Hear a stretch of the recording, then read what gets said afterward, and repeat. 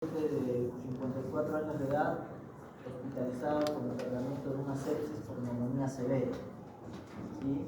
Viene el paciente con 80-40 de presión, con frecuencia cardíaca de 110, mal perfundido, tiene capilar lento y no responde a fluidos. La pregunta es, ¿iniciarían adrenérgicos? ¿Cuáles elegirían y por qué? ¿Iniciarían adrenérgicos? Sí. ¿Qué adrenérgico?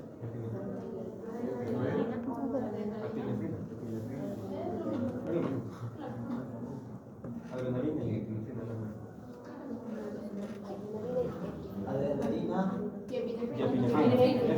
Son los mismos. se entendía de la misma.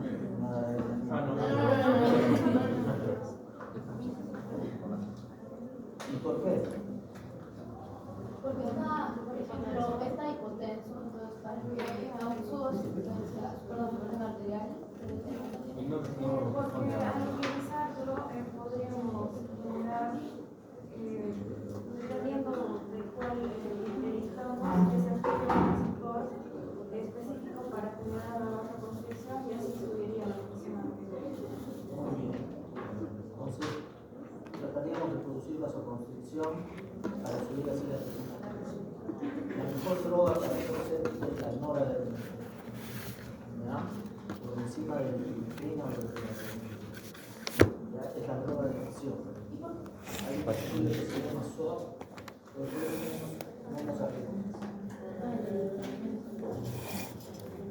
Hay un estudio que se llama SOA, donde demuestra eso. Que la mejor droga para iniciar sobre dopamina y sobre adrenalina es la noradrenalina. ¿Ya? Básicamente la noradrenalina para lo único que se usa es para shock. No lo usamos para RCP, no lo usamos para alergias, no lo usamos, solo lo usamos para shock. ¿Sí? Y entre ellos, el principal es shock séptico. ¿Ya?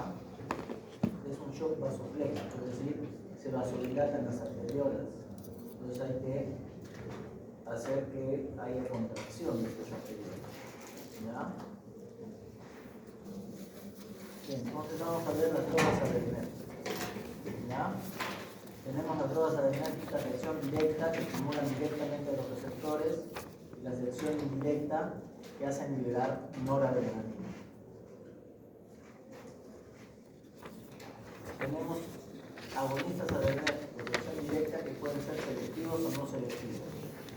¿Ya? Los selectivos son las alfa 1, la fenilefrina, alfa 2, clonidina, beta 1, dobutamina, beta 2, terbutamina. No selectivos alfas, oximetazoline, betas, isoproperenol, alfas y betas, epinefrina, y alfa y beta 1, la norepinefrina.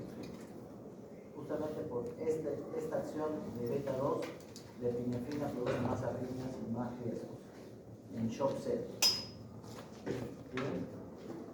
De acción mixta, efedrina, ¿sí? Actúa sobre alfa 1, alfa 2, beta 1, beta 2 y el liberador de noradrenalina.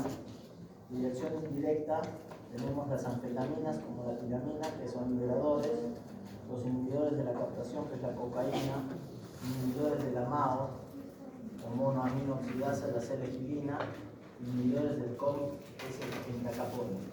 ¿Ya?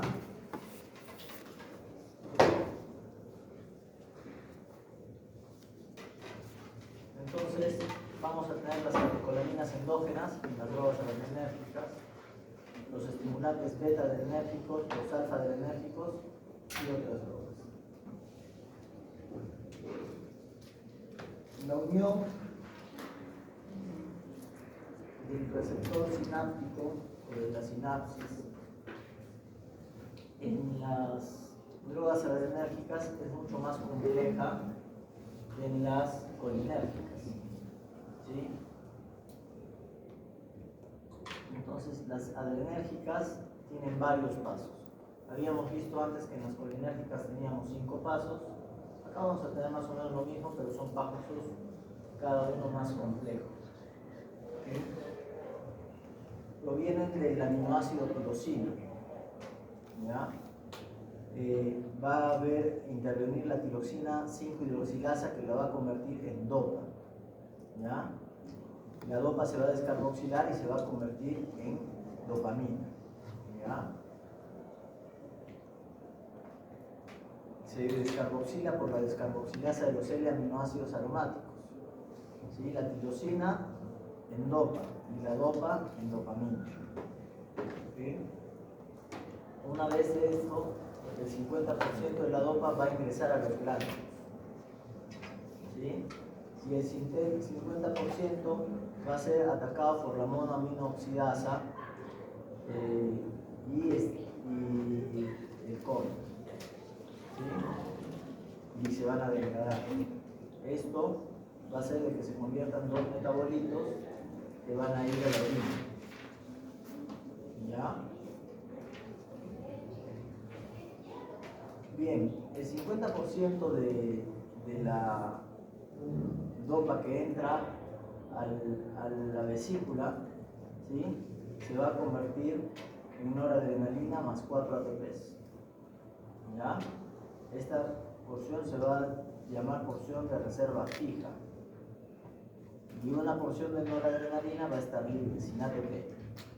Esta cantidad está siempre en equilibrio. Una noradrenalina unida a 4 ATPs, que es la porción de reserva, es una porción fija y no se libera cuando se liberan los glándulos, y la porción de noradrenalina libre. ¿Sí?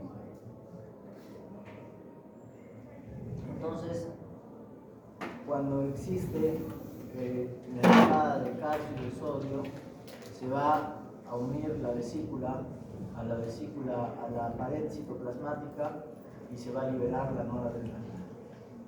¿Sí? Entonces, tirosina, dopa, dopamina entran a la vesícula existe una reserva fija y una reserva libre. ¿Sí? La reserva libre se va a expulsar. ¿Ya? Se va a convertir en dopa y en ácido homovanílico cuando entra el 50% restante que queda en el citoplasma, y va a entrar a las mitocondrias y se va a atacar por la mano. ¿Sí? Y van a ser eliminados por la orina. ¿Ya? Bien, hasta ahí es más o menos complejo, hay que aprendérselo lamentablemente de memoria, pero hay que aprendérselo. ¿Ya? De ahí vamos a ver la liberación de la noradrenalina. Cuando hay una despolarización de la membrana, se libera. ¿Sí? Entra sodio y entra calcio. Activa un conjunto de proteínas del calcio que se llaman anexinas y se juntan las membranas de la vesícula y la membrana citoplasmática. Y el contenido del gránulo se expulsa. ¿Ya? También en la liberación hay dopamina, beta-hidroxilasa, que es la enzima que convertía a noradrenalina, ATP y ácido ascórbico. ¿Ya? También se van a liberar péptidos precursores de las encefalinas, ¿sí? Que van a modular el dolor. Por eso cuando hay un shock fuerte y rápido, uno no siente el dolor. Se fractura la pierna en un accidente de tránsito y en ese momento no sientes el dolor. Después de un rato empiezas a sentir el dolor. Después de un rato que pasó todo el shock. ¿Ya? Porque se liberan encefalinas. Los receptores pueden ser alfa o pueden ser beta. Los alfa van a ser alfa 1, alfa 2, y los betas pueden ser beta 1, beta 2 y beta 3. ¿Sí? Vamos a tener receptores en la membrana postsináptica y vamos a tener receptores también en la membrana de la célula liberadora, ¿sí? En la presináptica, ¿ya? Que van a modular la liberación de noradrenalina. Cuando se unen estos receptores, se limita la producción y la liberación de noradrenalina y se libera menos noradrenalina. ¿Ya?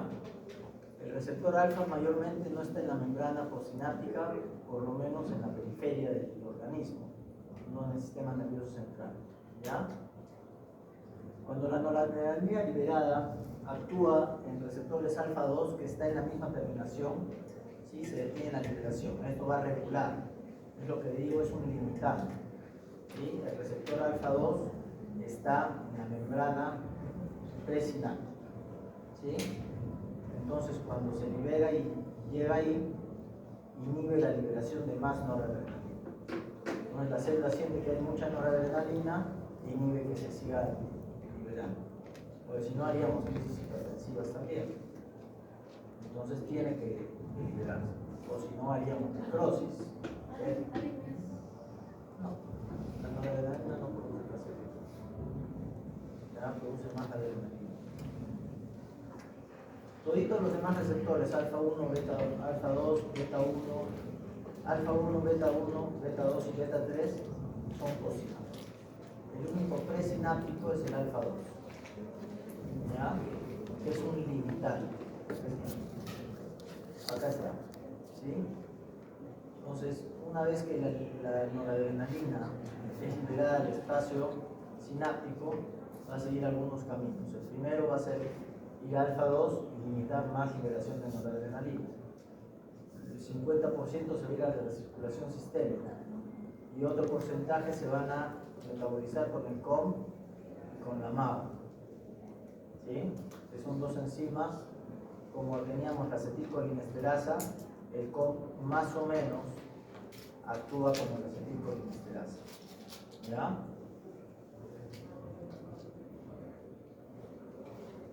Estos receptores, alfa 1, beta 2 y beta 3, están ligados a proteínas G, ¿ya? Los beta están ligados además a proteínas G estimulantes. Van a activar la emilatociclasa y el resultado es producción de masa de MB5. Los alfa actúan por medio de receptores de proteínas G inhibitores, ¿sí? Y van a inhibir la emilatociclasa y resulta menos producción de MB5. Entonces los beta estimulantes son proteínas G estimulantes y los alfa son proteínas G inhibitores. En la periferia casi todos los alfa 2 son presinápticos. En el tronco cerebral tenemos algunos postsinápticos. Solo en el tronco cerebral. Pero en la periferia casi todos son presinápticos y son inhibitores. ¿Sí? Los alfa 1 en general son estimulantes, excepto en el intestino que los relaja. Ahí son inhibitores. ¿Ya? Y los beta 2 son inhibidores relajadores, excepto el corazón que son estimuladores. ¿Ya? Bien, acá tenemos cada receptor predominante y qué es lo que hace y qué respuesta da en el organismo. Este cuadro se lo tienen que aprender de memoria, ¿ya? Para adrenérgicos y antiadrenérgicos. Tienen que aprendérselos de memoria, ¿ya? En el corazón, en el libro hay un cuadrito. En el libro también hay un cuadro que está bien chévere, ¿ya? En el corazón tenemos receptores beta 1 predominantemente que aumentan la fuerza de contracción muscular, aumentan la frecuencia cardíaca y aumentan la conducción auriculoventricular. En los vasos sanguíneos, piel y mucosas, vísceras, hígado, intestino, pulmón, ¿sí? Tenemos alfa 1 y ahí producen vasoconstricción. Los alfa 1 producen vasoconstricción. En los vasos sanguíneos de músculo esquelético, los beta 2 producen vasodilatación. ¿Sí? En los bronquios, los beta 2 producen broncodilatación. ¿Ya? Por eso cuando damos beta bloqueantes, el riesgo es que haya broncoconstricción. ¿Sí? Se pueden desencadenar crisis asmáticas, los ¿ya? En el ojo tenemos fibras radiantes del isquis, producen midriasis, son alfa 1. En el músculo ciliar, beta 2. ¿Sí? En el útero tenemos alfa 1 que ayuda a la contracción uterina y beta 2 a la relajación uterina. Al final del embarazo predominan los beta 2. ¿Ya? En el tejido adiposo tenemos beta 3. que producen lipólisis. ¿Ya? Hace de que con la lipoproteína pasa, que es una enzima, los lípidos, los triglicéridos se desdoblan en glicerol y ácidos grasos, y así pasan a la sangre. ¿Ya? Entonces, los beta 3 estimulan el tejido adiposo, la lipoproteína lipasa. En el hígado tenemos el beta 1 que produce glucogenolisis, ¿sí? Y en el intestino tenemos alfa 1, alfa 2 y beta 1 que van a relajar el intestino, ¿sí?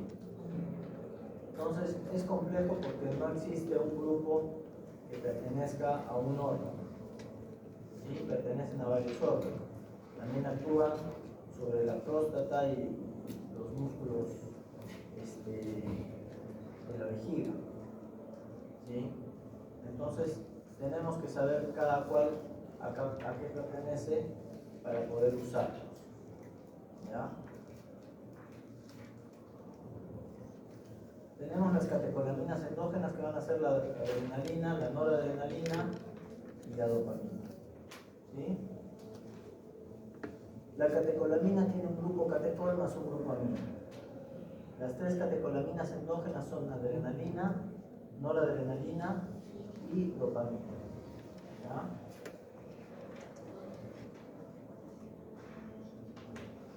Habíamos visto que en la terminación sináptica se produce primero dopamina y luego noradrenalina.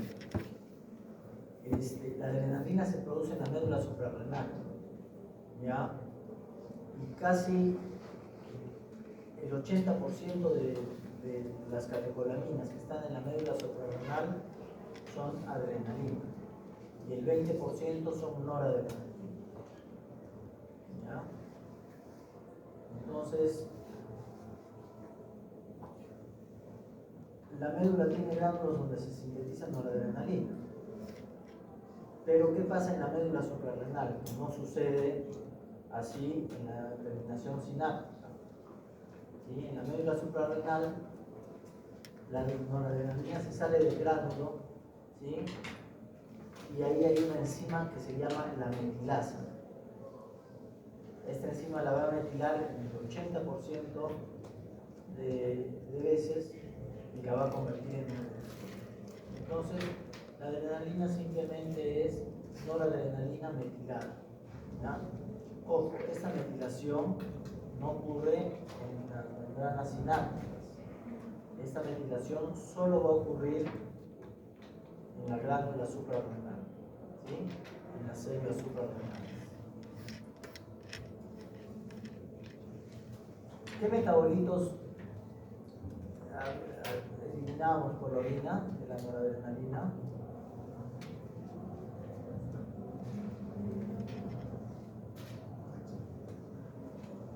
Dije hace un rato. ¿El DOPA? No. El DOPAC que se convierte en ácido Como vanilla. vanil-mandel. ¿Ya? ¿Qué más? ¿En qué más se convierte? ¿Saben?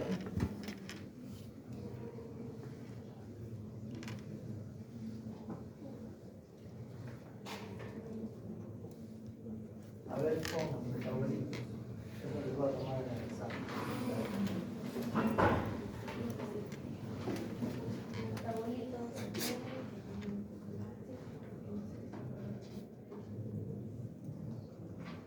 También está en su libro. Metanefrina y ácido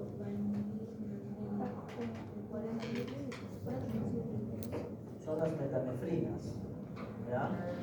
Entonces, cuando nosotros tenemos, por ejemplo, un feocromocitoma, que es un tumor de las glándulas suprarrenales, ¿sí? Se va a formar ácido más ácido vanil-mandélico y más metanefrinas en orina. Eso no se busca en sangre, se busca en orina, porque son eliminados directamente al orina. ¿Ya? Metanefrinas en orina y ácido vanil-mandélico. Entonces así diagnostican ustedes un feocromocitoma. ¿Ya? Claro, en la tomografía si hay tremendo tumor, tampoco hay mucha duda. Para el chiquito. No, a veces no no es un tumor dependiente, no es un feudo, ya son tumores dependientes del riñón, están en el polo apical del riñón y se confunden, no se pueden diferenciar, desplazan a la glándula suprarrenal. Bien, la adrenalina es la principal hormona fabricada por la médula suprarrenal. Es muy sensible a la luz, ¿sí? Los efectos farmacológicos que va a tener la adrenalina va a ser en el corazón, estimula los receptores beta 1 del corazón. Esto va a hacer que aumente el gasto cardíaco o el volumen de pulso. Si el corazón trabaja más, ¿qué más va a consumir? Va a consumir más oxígeno. Entonces aumenta el consumo de oxígeno por el corazón. Si la dosis es excesiva, puede llevar a la aparición de arritmias cardíacas o es más, puede llevar a la aparición de infartos, porque se produce mucha vasoconstricción, ¿sí? O se necesita más cantidad de oxígeno que esas arterias coronarias que ya probablemente estén medio tapadas, no pueden suplir la cantidad de oxígeno que necesitan. Es por eso que el dolor precordial empieza a aumentar cuando haces ejercicio, cuando tienes un impacto psicológico fuerte, ¿sí? Porque hay taquicardia, aumento del consumo de oxígeno por liberación de catecolaminas, de adrenalina y de noradrenalina, pero sobre todo de adrenalina, ¿sí? Pues ya saben por qué se produce el dolor precordial típico. En los vasos sanguíneos el músculo liso está el alfa 1, en piel, mucosas y vísceras, produce vasoconstricción. En el músculo esquelético son beta 2 y produce vasodilatación. ¿Sí? La resistencia periférica está relacionada a la dificultad que tiene la sangre para circular en los vasos. Entonces la resistencia periférica en piel, mucosas y vísceras estará aumentada porque aumenta la vasoconstricción. ¿Sí?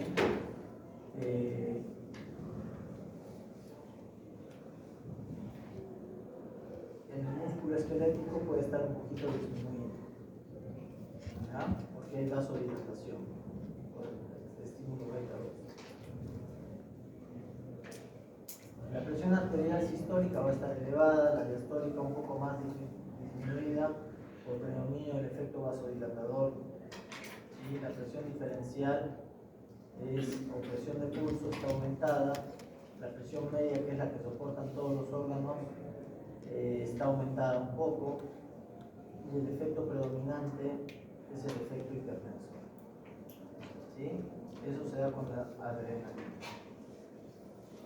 En el aparato respiratorio hay broncodilatación, por eso en pacientes que tienen crisis asmáticas severas se los llevan a nebulizar con adrenalina. Pacientes que tienen broncoespasmo por una alergia se les da adrenalina.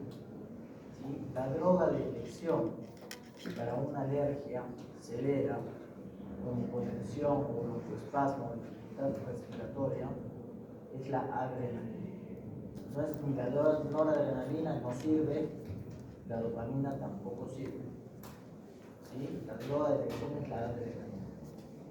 Entonces, un shock anafiláctico, un paciente que está en shock, pero por una anafilaxia severa, ¿qué le van a dar? En un shock séptico, noradrenalina. ¿Sí? Bien, en el útero el alfa 1 contrae, el beta 2 relaja. ¿Ya? Este es el efecto predomina al final del embarazo.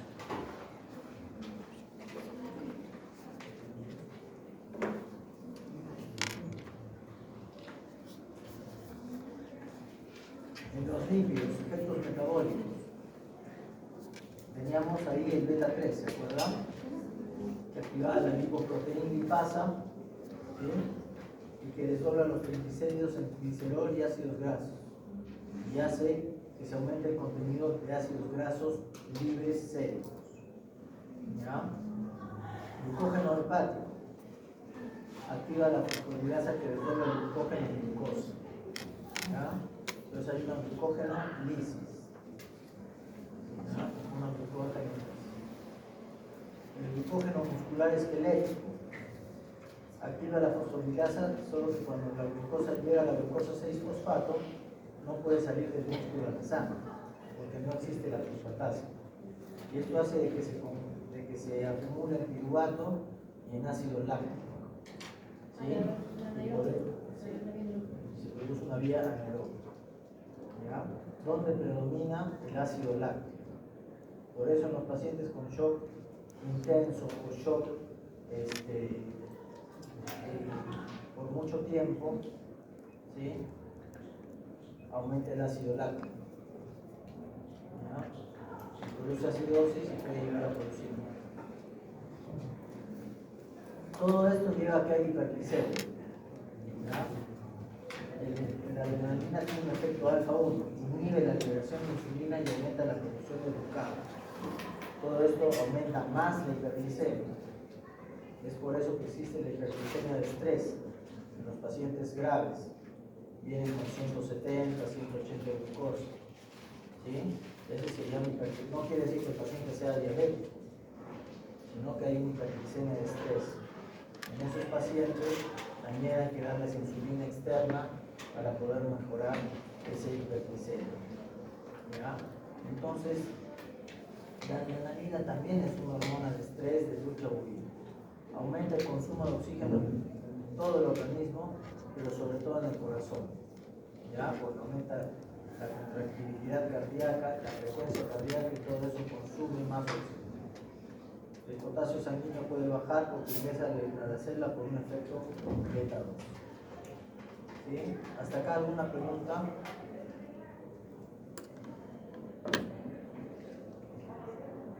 Bien. Farmacocinética, la vía oral es ineficaz, no sirve, se inactiva. ¿Sí? En la vía parenteral se da subcutánea, que casi ya no se da intramuscular, en pacientes que tienen alergias severas. ¿Sí? Se da una dosis intramuscular de 0,1 por cada 10 kilos en niños, ¿sí? Y en adultos de 0,3 a 0,5 por dosis. Y esto se puede repetir cada 20 minutos. Si es muy severa, se puede repetir cada 5 minutos. Pero ponerle por dosis en adultos, no importa el peso, solamente No importa el peso, pero es intramuscular. Se pone en la pierna, se pone en el deltoides o en la nalga. ¿Ya? Pero la principal es en la pierna, porque la que ya viene preparada. las autoinyecciones. En el mundo, excepto en el Perú, existen las autoinyecciones. Entonces, tú al paciente que tiene muchas alergias o que es atópico o que tiene una predisposición a hacer alergias, le das, viene un sobrecito con 3 autoinyecciones. Entonces, ante cualquier inicio de alergia, el paciente al tiro se pone la autoinyección. Generalmente viene 0,5. ¿Ya? Se puede dar por tubo endotraqueal, es errática la absorción, no se sabe cuánto se absorbe, hoy por hoy ya no se da.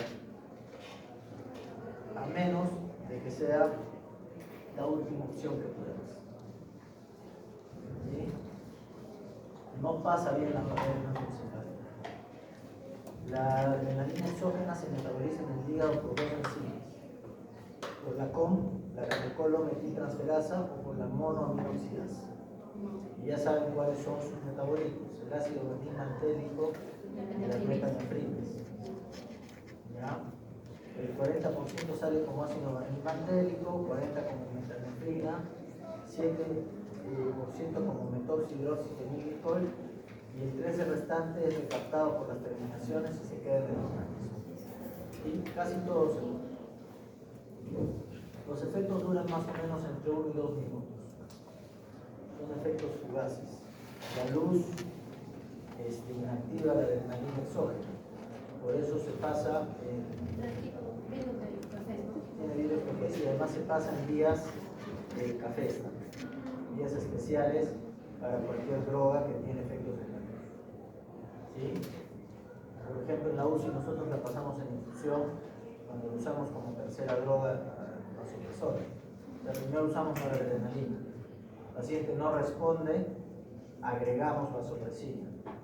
Si el paciente sigue sin responder, que ya es un shock refractario, le agregamos adrenalina. ¿Sí? Y eso lo tenemos que pasar en infusión y con una vía especial. Si el paciente viene con un shock anafilactoide o anafiláctico, la droga de elección es la adrenalina. Entonces también se pasa por una vía oscurecida, ¿sí? En la cual no penetran los rayos ultravioletas. Los efectos adversos van a ser leves, nerviosismo, intranquilidad, palpitaciones y taquicardia. ¿Ya? Algunos pacientes te refieren como que quieren salir de su cuerpo. O sea, tienen la sensación de salirse de su cuerpo, que se van a salir de su cuerpo. ¿Ya? Eso lo he escuchado varias veces. Te lo dicen con esas palabras. Me quiero salir de mi cuerpo. ¿Sí? Y los severos o graves, hay un aumento muy severo de la presión arterial, arritmias cardíacas, angina del pecho o infarto del miocardio y hipotiroideos. La respuesta normalmente es más intensa. Hay que tener cuidado. ¿Sí? Por eso siempre hay que tener cuidado con la adrenalina. Hace 13, 14 años, una jefa de enfermeras le dolía la cabeza y le dio a la otra enfermera, dijo: toma una clorfenamina para que me pongas porque me duele mucho la cabeza, porque la clorfenamina ataca una cefalea que se llama cefalea en racimos. Es una cefalea especial que tenía esta señora y la cura, o sea, cede la cefalea con la clorfenamina. Es un antihistamínico.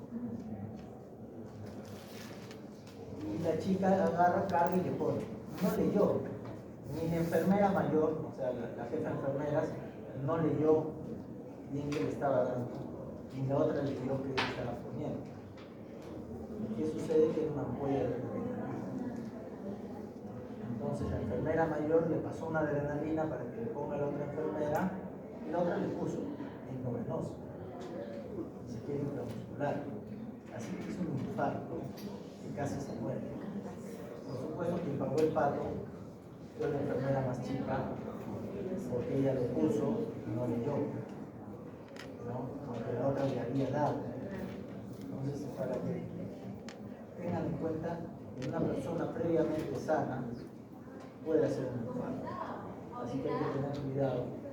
Y por eso la inyección, el shock anafiláctico o anafiláctico, debe ser una inyección intramuscular, para que no haga ese efecto tan grande, para que se libere un poquito más energía. Tienen ampollas de 1 miligramo, ¿sí? Y las ampollas son de color, como decía su compañera, un color caramelo.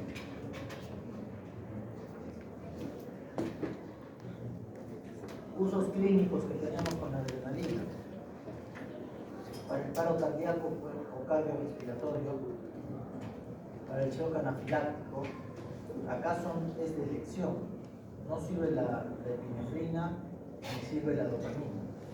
Para el edema neurótico también es de elección. Crisis grave de asma bronquial se da adrenalina nebulizada. ¿Ya? Localmente sobre mucosas externas para detener sangrados como epistasis hay que tener mucho cuidado porque la mucosa se absorbe todo, ¿sí? Y puede llegar a tener altas dosis. Lo que se hace normalmente ahí es una ampolla de adrenalina, la diluyes con un agua destilada o con un cloruro de sodio, ¿sí? Mojas en toda esa solución, mojas una gasa y esa gasa ya diluida la pones. O en todo caso usar lidocaína con epinefrina, que se usa para que se absorba más lenta la lidocaína, pero a su vez produce vasoconstricción. ¿Ya? Alarga el efecto anestésico local por vasoconstricción de los vasos, porque retarda su absorción. ¿Ya? Precauciones que se deben tener en pacientes con hipertensión arterial, pacientes con arritmias cardíacas, pacientes con aortoesclerosis coronaria. ¿Ya?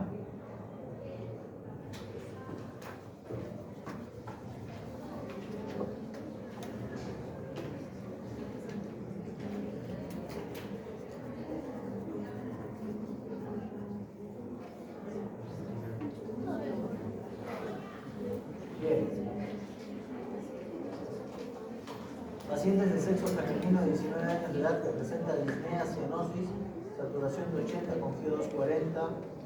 Al examen hay sibilantes y broncantes en ambos campos pulmonares. ¿Qué está sucediendo con la paciente? Una crisis asmática. No solamente asma, ¿no? Sino cualquier cosa obstructiva que Sí, no solamente asma, es un broncoespasmo severo lo que está pasando a la paciente. Puede ser alérgico, puede ser tóxico, puede ser asmático. ¿Sí? ¿Qué fármaco le administraría? Isoproterenol. ¿Qué más?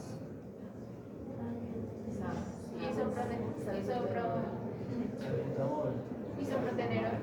Ya.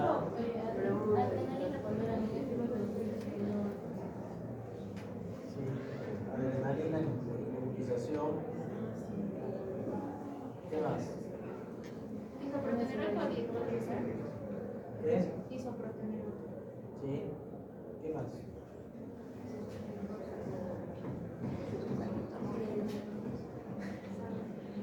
Fuera de estos, ¿qué más? Está muriendo. Es justo el flaco que te quieres agarrar. Se está muriendo. Por lo menos te lo quieres agarrar antes de que se muera. ¿No es cierto? Corticoides. ¿Ya? Entonces, podemos dar adrenalina nebulizada, corticoides endovenoso y salbutamol nebulizado, como ya mencionaron también ustedes. ¿Ya?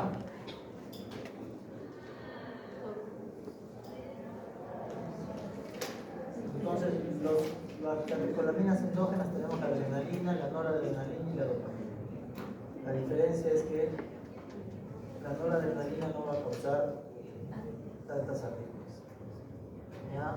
Como la dopamina y como la adrenalina. La dopamina, antes era el primer fármaco que usábamos en shock séptico, desde hace más o menos 20 años, 22 años, que ya la dejamos de usar. Solo se usa en pacientes que no responden o en pacientes que están radicales. Pero como la dopamina produce un poco de taquicardia y queremos que suba un poco la frecuencia, entonces les damos dopamina. ¿Ya? Después prácticamente está en desuso la dopamina. ¿Ya? Nunca se usa dopamina más noradrenalina. ¿Ya? Sí usamos noradrenalina, más adrenalina, más vasopresina, pero noradrenalina en vez de dopa o dopa en vez de nora. ¿Sí? Podemos usar lo mismo, dopamina más vasopresina más adrenalina, pero nunca noradrenalina más dopamina. Es como echarle pan con pan. ¿Ya? No sirve. Después tenemos los agonistas beta-adrenérgicos no selectivos, el isoproterenol y la dobutamina. Y tenemos agonistas adrenérgicos beta-2 selectivos. El isoproterenol actúa sobre los receptores beta-1, vasodilatación en el lecho vascular esquelético, también en vasos renales y mesentéricos, disminuye la resistencia periférica, sube la presión sistólica, baja la diastólica, sube la presión arterial media, relaja el músculo liso bronquial, ¿sí? Y tiene una capacidad importante de inhibir la histamina y otros mediadores de inflamación libre.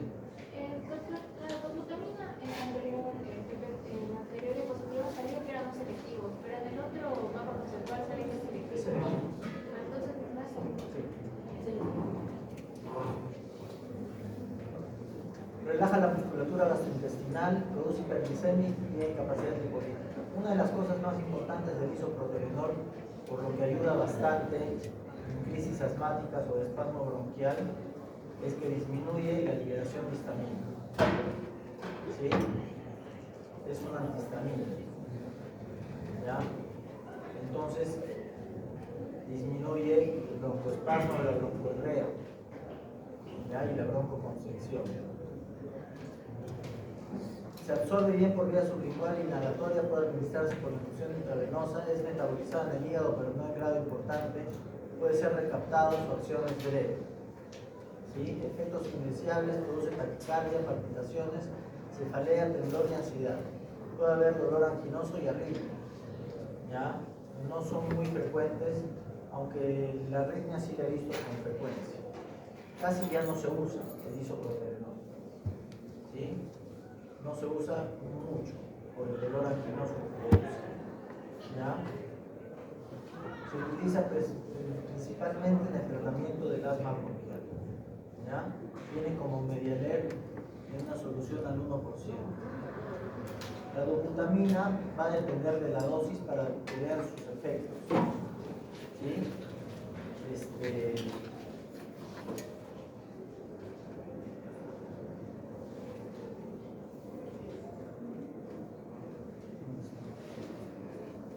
¿Ya?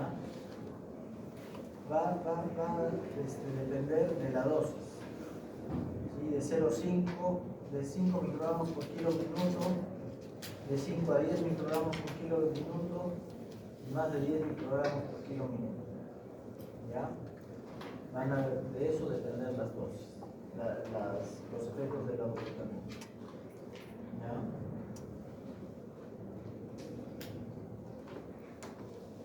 Antagoniza receptores alfa, 10 veces mayor que el bloqueado de receptores beta. Actúa sobre el aparato cardiovascular aumentando la fuerza de contracción del corazón. ¿Sí? Es un inotrópico positivo, uno de los más potentes que hay y uno de los más usados. Esto sirve para pacientes con falla cardíaca. ¿Ya? Acuérdense que en las otras drogas, adrenalina, noradrenalina, dopamina, el principal efecto que queríamos era la vasoconstricción periférica. ¿Sí? Acá en la dobutamina no tiene nada que ver con la vasoconstricción periférica. ¿Sí? Lo que hace es aumentar la fuerza de contracción cardíaca. Entonces se usa para shock cardiogénico. ¿Sí? Pero el paciente tiene que ya estar con la presión equilibrada. No se puede usar en pacientes hipotensos porque aumenta el riesgo de muerte. ¿Sí? Pero doctor, si nos está diciendo que es para el shock cardiogénico, shock quiere decir que o el ácido láctico está elevado o la presión está caída. ¿Sí? Entonces, ¿qué se hace en estos pacientes con shock cardiogénico? Se les da noradrenalina o vasopresina para mejorar la presión. Una vez que mejora la presión, recién se les da la dobutamina para mejorar la fuerza de contracción cardíaca. ¿Sí? Entonces hay que aprender a jugar un poco con los inotrópicos. ¿Ya? Este es un inotrópico puro. Los otros son vasopresores. Este es inotrópico. La fuerza de contracción cardíaca aumenta importantemente. Aumenta lamentablemente el automatismo del nódulo sinusal, es decir, es más arrítmico o más arritmogénico que los otros. ¿Sí? Y por ende aumenta el consumo de oxígeno por el corazón. Entonces hay que tener mucho cuidado cuando se lo da, porque la mayoría de shock cardiogénicos son por infarto, la mayoría, no todos, ¿no? Algunos son por cardiomiopatías dilatadas, hipertróficas, por enfermedades congénitas, pero la mayoría son por infarto. Entonces hay que tener cuidado con el consumo de oxígeno. Es ineficaz por vía oral, ideal por vía endovenosa, solo se da por vía endovenosa, y el tiempo de vida dura 2 minutos. ¿Ya? Vienen ampollas de 250 miligramos y se hace una mezcla. Por ejemplo, en la UCI nosotros hacemos una mezcla en 200 centímetros cúbicos para poder nosotros mejorar nuestro uso del volumen. ¿Sí? En piso, en cardiología lo hacen en una mezcla de 500 centímetros cúbicos. He visto en medicina interna que a veces lo hacen con 1000 centímetros cúbicos. ¿Ya? Entonces depende de dónde estés y depende de cómo lo manejes mejor. ¿sí? Yo estoy acostumbrado a usarlo en 200. Entonces ya me sé bien las dosis, las fórmulas y todo. Si lo pongo acá en 500, tengo que calcular. ¿Sí? En cambio en 200 yo tengo un Excel y agarro y pongo. Pesa 62 kilos, de 200, ¿cuántos gluteos necesito para que esté a 10 microgramos por kilo por minuto? Y listo, sale. No va a ser un Excel para clientes. Si quieren pueden hacer ustedes. Me lo pasan. ¿Ya? Los efectos indeseables en hipertensos pueden producir hipertensión arterial. ¿Sí? Es poco frecuente. Puede producir taquicardia y fibrilación auricular. Es muy frecuente. Puede extender el infarto por aumento del consumo de oxígeno. Por eso nosotros tenemos que asegurar que el paciente esté en una presión normal. ¿Sí? Produce vasodilatación periférica. Por eso no se da cuando el paciente tiene una presión baja. Porque al producir vasodilatación periférica va a reducir más la presión arterial y se va a chocar más el paciente. ¿Sí? Y aumenta el consumo de oxígeno. ¿Ya? Entonces hay que medir. Para usar dobutamina, antes lo hacíamos al dente. O sea, veíamos, súbele un poquito, bájale un poquito. ¿Sí? Ahora nosotros ponemos monitoreo hemodinámico. Entonces con el monitoreo hemodinámico sabemos exactamente qué está pasando, qué necesita y qué nos estamos pasando. ¿Sí? Además le hacemos ecocardiografía o ecografía cada 15 minutos en la UCI o en la unidad coronaria más frecuente. Entonces ya sabemos bien cuál es la dosis que necesitamos. Porque muchas veces la teoría se va un poquito más allá de la práctica. ¿Sí? La práctica es más tranca porque intervienen muchos factores. Si todos los pacientes fueran iguales, estaríamos como robots, entonces bacán, no habría problemas, pero no todos son iguales. Por eso todavía la inteligencia artificial, por eso todavía va a haber médicos un buen tiempo, porque la inteligencia artificial no va a consignar todas las variables que se pueden. Espero. Si no están estudiando, no les explico. No le permita. Bien, entonces los usos terapéuticos de insuficiencia cardíaca congestiva o infarto agudo de miocardio con presión ya estabilizada, que no se les olvide eso nunca. ¿Sí? Pero yo tuve un presidente que en su primer día de presidencia, lamentablemente, no tenía este concepto claro. Y siempre uno se quiere lucir con el presidente. Entonces, ese doctor ya le he subido la dobutamina, le he hecho esto, le he hecho el otro, voy a ver la presión 60-30. Casi lo asesino. No lo asesiné porque era más grande. Pero era asesinario. Pero no sabía, chico. ¿Ya? Y en el tratamiento a corto plazo de la descompensación cardíaca post. ¿Ya? Entonces, pacientes con insuficiencia cardíaca en general, no solo secundarias de infarto, sino posquirúrgica también. ¿Ya? Luego tenemos agonistas selectivos beta 2. Tienen especificidad sobre los receptores beta 2, son no prodilatadores, no tienen efectos cardíacos indeseables como taquicardia y palpitaciones, estimulación de los receptores beta 2 de vasos sanguíneos del músculo esquelético y músculo uterino, vasodilatación y contracción uterina, y otros efectos son suprimir la liberación de histamina y leucotrienos, aumentan la actividad mucociliar, disminuyen la permeabilidad capilar e inhiben la fosfolipasa A2. Inician su efecto a las 2 horas, duran más que las catecolaminas, inician su efecto a los pocos minutos cuando es por vía inhalada, ¿ya? La dosis muy pequeña, duran de 3 a 4 horas. Los efectos especiales son temblor, inquietud y ansiedad, taquicardia rara. Indicaciones terapéuticas, asma bronquial, bloqueos AB, ¿sí? Como el metaproterenol, y detención del trabajo de parto prematuro, como la ritodrina. ¿Ya? Que casi ya no se usan. Ya estos casi ya no se usan. Tenemos el Alupen, que es el metaprotenol, tenemos el Ventolin y el PDT, ¿sí? Que es salbutamol y fenoterol. Ya los han visto en colinérgicos. ¿O no? No los han visto.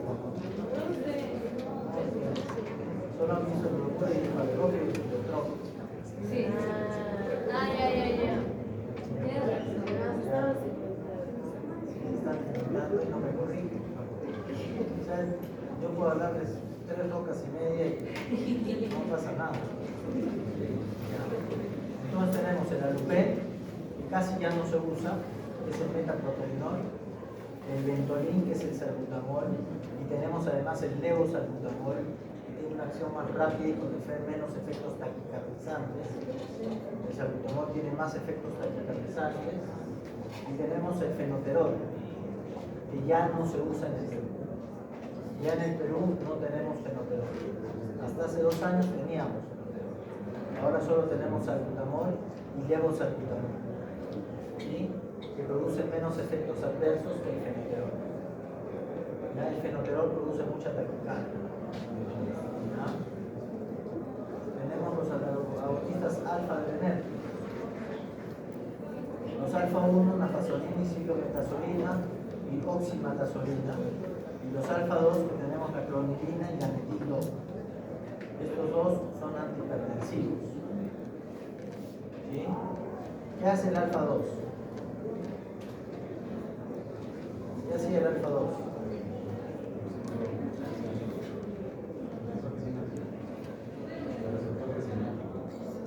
En el receptor presináptico, ¿no es cierto? Inhibe la liberación de noradrenalina, ¿no es cierto?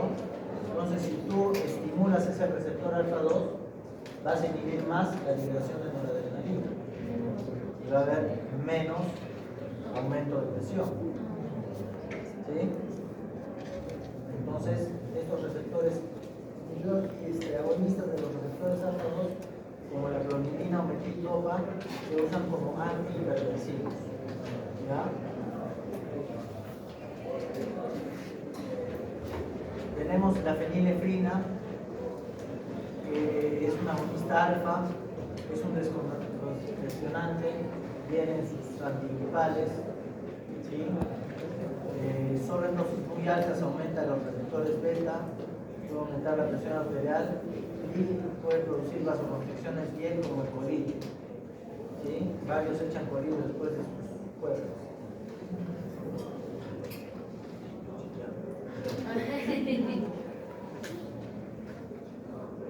Luego tenemos las aminas vasoconstrictoras locales con la fasolina, silotazolina y oximetazolina. ¿Ya?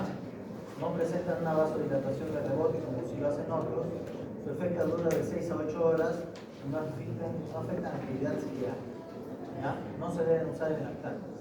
No solo la nafasolina, ninguna. ¿Ya?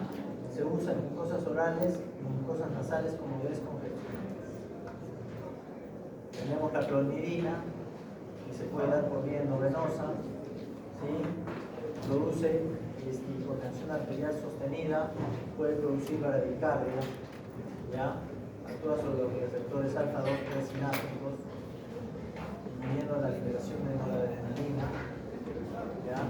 Y disminución de todos los efectos que produce la noradrenalina, ¿ya? El músculo liso tiene una estimulación vascular que puede producir una presión aumentada luego de la hipotensión brusca, ¿sí? Reduce la presión arterial en el tronco encefálico inferior y produce disminución de la renina y aldosterona. ¿Ya? La clonidina alcanza buenas disponibilidades a las 3 horas, se metaboliza el 50% en el hígado, tiene una vida media aumentada en pacientes con insuficiencia renal, porque el 50% es excretado en orina. Se puede dar también como parche. Al tener acciones en el tronco, en el sistema nervioso central, ¿sí? Acordémonos que en el tronco encefálico estimular el tronco parasimpático, ¿sí? Actúa sobre el sistema nervioso central, disminuye al disminuir la liberación de noradrenalina en el sistema nervioso central, disminuye el craving. El craving es la necesidad de drogarse en un paciente con síndrome de abstinencia. ¿Sí? Es el impulso que sucede para drogar. Puede estar tranquilo. Un paciente adicto puede estar tranquilo 4 o 5 meses. Y de repente hay algún impulso psicológico o algún impulso fisiológico que desencadena el craving. El craving es esa necesidad de buscar la droga. ¿Sí? No es que quiera sentir lo que tiene es la necesidad de buscar la droga. Entonces la clonidina disminuye el impulso del craving. Se usa para adicciones. ¿Sí? Ese es un efecto especial que tiene. ¿Ya? Baja la presión, pero se usa para adicciones, al estimular receptores alfa 2 de sinapsis, inhibiendo la liberación de hormonas. ¿Qué efectos indeseables tienen? Sedación y sequedad de la boca, impotencia sexual, estreñimiento, hipotensión ortostática, algunas reacciones alérgicas, crisis hipertensiva, ¿ya? De rebote.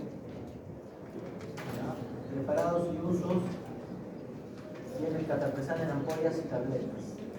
Se usa tratamiento en hipertensión, ¿sí? Reduce los bochornos, eleva la presión arterial cuando se deja de usar bruscamente, mejora los síntomas de hipotensión ortostática y el craving. ¿Sí? El craving se usa para disminuir el craving en personas con adicciones. Luego tenemos la metildopa, que es un fármaco de origen sintético, derivado sintético de la dopa. Su acción principal es la antihipertensiva, ¿sí? Actúa sobre receptores alfa-2 adrenérgicos, tiene un efecto hipertensivo, actúa sobre el sistema nervioso central. Los efectos farmacológicos, ¿sí? Pueden tener una acción antihipertensiva que también se asocia a bradicar igual que la clonidina. ¿Ya? Hay reducción de la resistencia periférica y en la tercera edad también hay venodilatación. La caída de la presión arterial es máxima a las 6 a 8 horas. Puede haber una presión ortostática, una hipotensión ortostática. ¿Cuál es la hipotensión ortostática? Creo que cambia de postura. Cuando cambias de postura, cuando estás echado, sentado y te levantas bruscamente, ¿sí? Los vasoreceptores no actúan rápidamente y te desmayas. Y la forma de compensar justamente es el desmayo. Te hace un síncope para que la sangre llegue a la altura del corazón y te despiertas al toque. ¿Sí? En muchos casos solo quedan mareos. Eso que te levantas bruscamente y te mareas. Y dices, uy, no, siento otra vez. ¿Ya? Produce retención progresiva de agua y sodio, hay que tener en cuenta con el tiempo prolongado. ¿Ya? Se puede usar con algún nivel. Se da por el aparato digestivo, dura 3 horas en el plasma, atraviesa la barrera hematoencefálica, se metaboliza el 75% en el hígado, se excreta sin cambios en la orina el 25% y su tiempo de vida media es de 2 horas. Sus efectos iniciales son cefalea, sequedad de boca, diarreas y impotencia sexual. ¿Ya? Se presentan como Aldomet en tabletas de 250 mg, tratamiento de hipertensión arterial aumenta si se le asocia con diuréticos este efecto. Y tenemos los agonistas adrenérgicos diversos. Ahí tenemos las anfetaminas, la efedrina, la pseudoefedrina y la etilefrina. ¿Sí? Tenemos dextroanfetaminas y levoanfetaminas. Tienen acciones simpático-miméticas similares a la noradrenalina. ¿ya? Alfa y beta adrenérgicas. Reacciones en el sistema nervioso central. Aumenta la tensión, disminuye la fatiga, eleva el ánimo, produce euforia, anorexia e insomnio. ¿Sí? Esto es muy usado por estudiantes de medicina y de ingenierías para mantenerse despiertos. El problema es que produce insomnio a la larga, ¿sí? Y disminución de la memoria, pérdida de la memoria a corto plazo. Entonces todo lo que estudiaron por las puras, ¿sí? Porque se van a olvidar rápidamente. Así que mejor duerman 1 horita, 2 horitas, tómense un par de cafés y sigan adelante. Porque yo conozco un montón de gente, de estudiantes de medicina, que se han hecho adictos a las anfetaminas justamente por tratar de mantenerse despiertos, tratar de llegar, ¿sí? Por suerte en el Perú el uso de anfetaminas es más o menos restringido. Acá usamos coca, ¿sí? Pero anfetamina no. ¿Sí? Igual, el uso de heroína es restringido. Casi no escuchas heroína, sí fentanilo, que ya es un uso común del personal de salud. Pero heroína y anfetaminas no mucho. Sin embargo, como hoy por hoy se usan como tratamientos psiquiátricos o tratamientos psicológicos, o sea, de ayuda psicológica, entonces cada vez hay más adictos a las anfetaminas. ¿Ya? Atraviesan bien la barrera hematoencefálica, producen euforia. 50% se metaboliza en el hígado y 50% sin cambios en la orina. Puede haber efectos indeseables como intoxicación aguda o intoxicaciones crónicas. ¿Ya? En el Perú casi no se usa, pero como ha habido el advenimiento de trastornos psiquiátricos que ceden al uso de anfetaminas, se está utilizando mucho las anfetaminas. ¿Ya? No se vende como en México y Estados Unidos, que se vende en bolsitas. Acá en el Perú no sale. Tenemos droga de mejor calidad y se usa eso, lamentablemente. ¿Ya? Y son muy caras mantenerlas en un país como este. Entonces no se usa.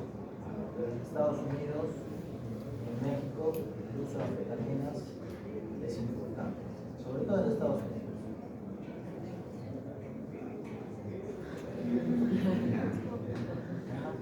Así que nada de anfetaminas, nada de que me tomo la pastilla de mi hermano para no dormir, ¿ya? Porque se da en TDAH. Entonces, para mejorar la concentración, ¿ya? No es nada de estar tomándose las pastillitas de los hermanitos, ¿ya? La efedrina estimula el sistema nervioso central y tiene acciones alfa y beta adrenérgicas. Es un broncodilatador combinado, se da por vía oral, 25% del hígado se metaboliza y el 75% del riñón sin modificación. Con eso se drogó Maradona para el Mundial del 94. Le dieron efedrina. El dilefrina tiene acciones alfa y betas y se da para mejorar la presión arterial. ¿Ya? Dura un poco más de tiempo que la noradrenalina y que la adrenalina. Puede llegar hasta 6 minutos. Incluso en algunos pacientes llega hasta 60 minutos. ¿Sí? Entonces tú le das un bolo y sube la presión. Y el anestesiólogo que está del paciente hasta el queso te dice la presión está estable. Puso su bolito de dilefrina. ¿Sí?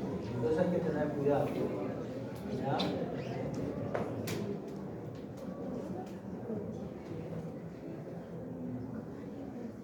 Tenemos la pseudoefedrina y fenilpropanolamina que sirven para la congestión nasal y se dan como combinados antihistamínicos. ¿Ya? Bien chicos, hasta acá alguna pregunta.